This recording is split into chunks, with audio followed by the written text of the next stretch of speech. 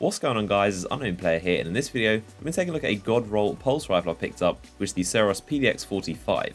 Now, you obtain this from the Gunsmith weapon order, so Arms Day. I know a lot of you guys have already picked up this thing as well and tweeted me pictures showing me this amazing pulse rifle, and anyone who had saved up a PDX package, this was your week. And the second option is an amazing weapon, and you can see me grabbing mine on Wednesday when I first picked mine up.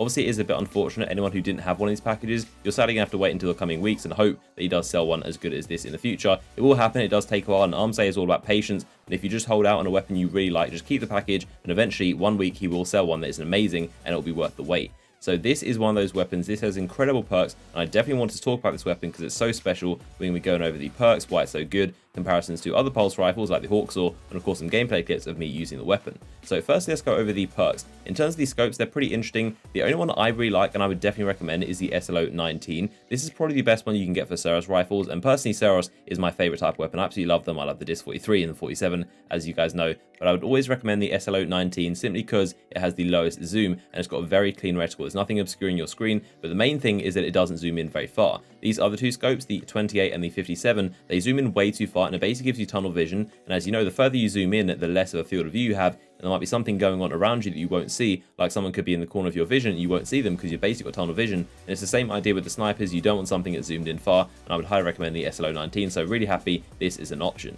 The next perk over is Perfect Balance. This is going to decrease the recoil and make it a lot easier to aim, and that is why the Suros PDX and the Hawksaw are so good, because they barely move much, and this is a central perk, and I would definitely recommend this one. The other option is Feather Mag, which I wouldn't recommend. That is just going to increase the reload speed, and the reload is high enough, so I wouldn't recommend that. That's high enough, and it's also going to reduce the magazine, which you do not want. So stick with Perfect Balance is a very good option. And the next one is Full Auto. This is probably the reason why I love this weapon so much. And you guys know with the Hawksaw, I really love that weapon because it's just so accurate, whereas this thing has got the same accuracy, near enough, but it also has Full Auto. So you can hold down the trigger and just spray enemies and not have to worry about constantly having to hold the trigger and pepper the trigger and trying to do that. I know whether it's just me, but I kind of get a little bit lazy and I don't really like constantly having to spam the trigger with my gunfights. That's one thing I don't like about scout rifles. Even though they are my favorite weapon type to use, it gets a little bit tiring constantly have to try and spam the trigger and try and keep up with enemies. I believe Full Auto does actually reduce the fire rate a tiny bit, and with your natural trigger thing you can actually fire it a little bit faster, but Full Auto is basically the lazy option, and it's the reason why people love the Doctrine so much. It's a bullet hose, you can hold the trigger and just track the enemies and it will do all the work for you. So Full Auto is definitely a very nice option, and that is why I love this weapon so much.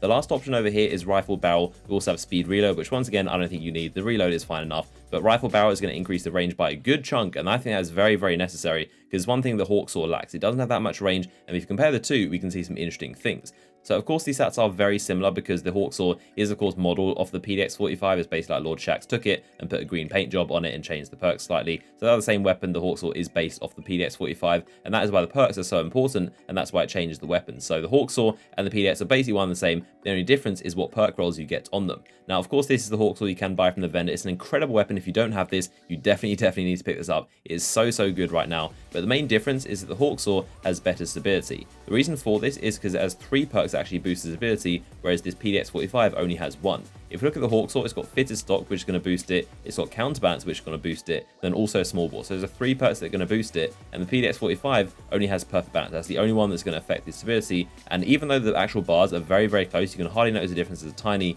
increase with the Hawksaw. They're going to have a little bit different recoil patterns. The Hawksaw is still a little bit more accurate. So if you want the more accurate weapon, the Hawksaw is definitely one. I've used this Hawksaw for quite a lot of the April update, and I can definitely notice the PDX does kick a little bit more. It's not massive because the Hawksaw basically doesn't move, so it is going to have some recoil. But like I said, the PDX, the thing that it does have is the Full Auto. So if you like that, you have to hold down the trigger and basically just hose over enemies like it's an automatic weapon, and it's a really nice ability to use. Now, in terms of which weapon I think is better out of the Hawksaw and the PDX 45, this one I have right here with Full Auto, I think they're two different weapons for different playstyles. Now, I think the Hawksaw is a long-range weapon meant for pretty much sniping people across the map with, and it can do incredible work with that. It doesn't feel like it should do, but you can really get some incredible long-range kills with the Hawksaw, and the PDX, I think, is better for close range. Like I said, the Hawksaw has very good stability. It basically doesn't budge at all, and it's an incredible weapon to snipe people across the map with the thing. And you don't want Full Auto in a weapon like that. It's pretty much wasted. But if you're in a close range gunfight, I think the PDX is your better option with Full Auto. Mainly because you don't have to worry about pressing down the trigger and how fast you're firing it, whether you're going to hit the cap or not, whether you're firing it too slow. All you have to worry about is pressing down the trigger and moving your cursor over the guy's head and trying to melt him as quick as possible. So I think the PDX with its high recoil, that's not really important in close range, whereas in long range, it's not really too well. So I think these are two different weapons.